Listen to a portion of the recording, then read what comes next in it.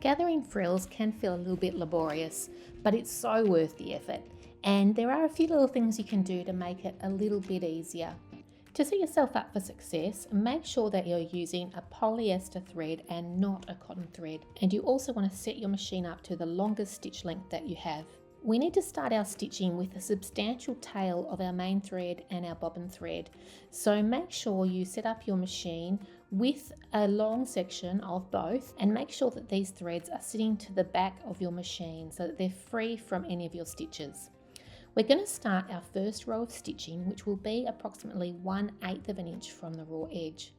Now we want to start with no securing stitches, so please don't have any auto knotting or backwards or forwards at your starting point, but just start with your long tails and sew along that raw edge using a 1/8 of an inch seam allowance.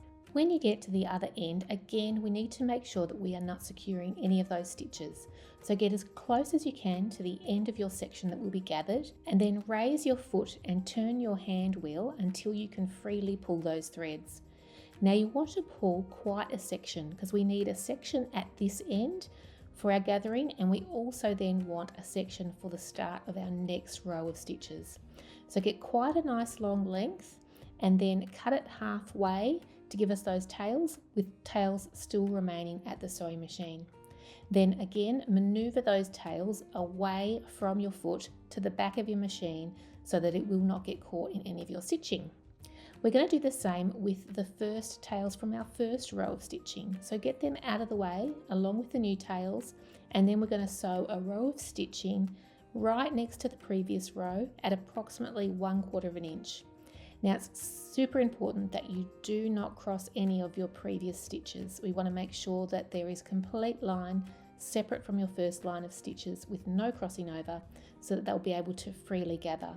When we get to the other end, do the same as we did previously with raising your foot and turning your hand wheel to release those threads. Pull a nice long length and then cut it halfway to give you tails for both ends of stitching. A lot of people would leave it here with 2 rows of stitches to do your gathering, but I don't want us to do 2 rows, especially when you're doing a long section like these frill strips. I actually want us to do 3 rows of stitching. The reason is that you get a much neater, much more even gather, which is really lovely, but also it's an insurance policy. If you do 3 rows of stitches and 1 snaps, you're still going to retain your gathers and not have to start all over again. So it's worth that little bit of extra effort to do 3 rows. Now that you've sewn your 3 rows, we want to start gathering our frill. But before we do that, it can be a good idea to mark the center point of the length. This just means that we can make sure that we're gathering evenly along the whole length of our frill. So fold your frill length in half and give it a finger press at the halfway point. Now at one end of our frill, we need to isolate the tails of either our top thread or our bobbin thread. So choose which one and isolate the 3 threads that are coming from that side only, separating them from the other. Once you have those 3 threads, I've now here picked the 3 threads from the top thread, and now I can start pulling and the fabric will start gathering as I pull those threads.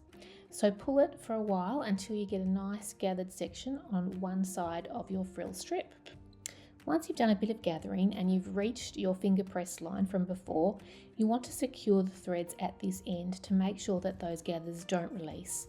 So grab all of the tail threads, so including the bobbin ones, and we're just going to do a little knot to secure those all together. This will ensure that those gathers can go nowhere. Next, we're going to simply repeat this process at the other end of our frill strip. So again, we need to isolate the 3 top threads or the 3 bobbin threads, and then we're going to start pulling and gathering from this side. Continue to pull and gather until you feel that you've gotten to almost the length that you require. Measure your frill and keep gathering a little bit more or releasing your gathers until you get to the exact length that you require. Now all you need to do is tie those thread tails at that end into a knot, and all of your gathers will be fully secured. Once secured, you may want to check that your gathers are nice and even.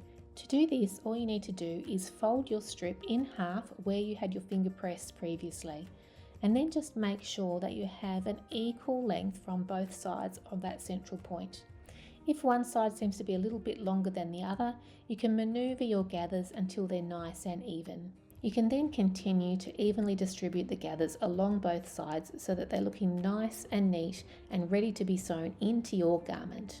I hope that little tutorial has helped, and I hope that you're feeling confident and ready to tackle all those ruffles and frills.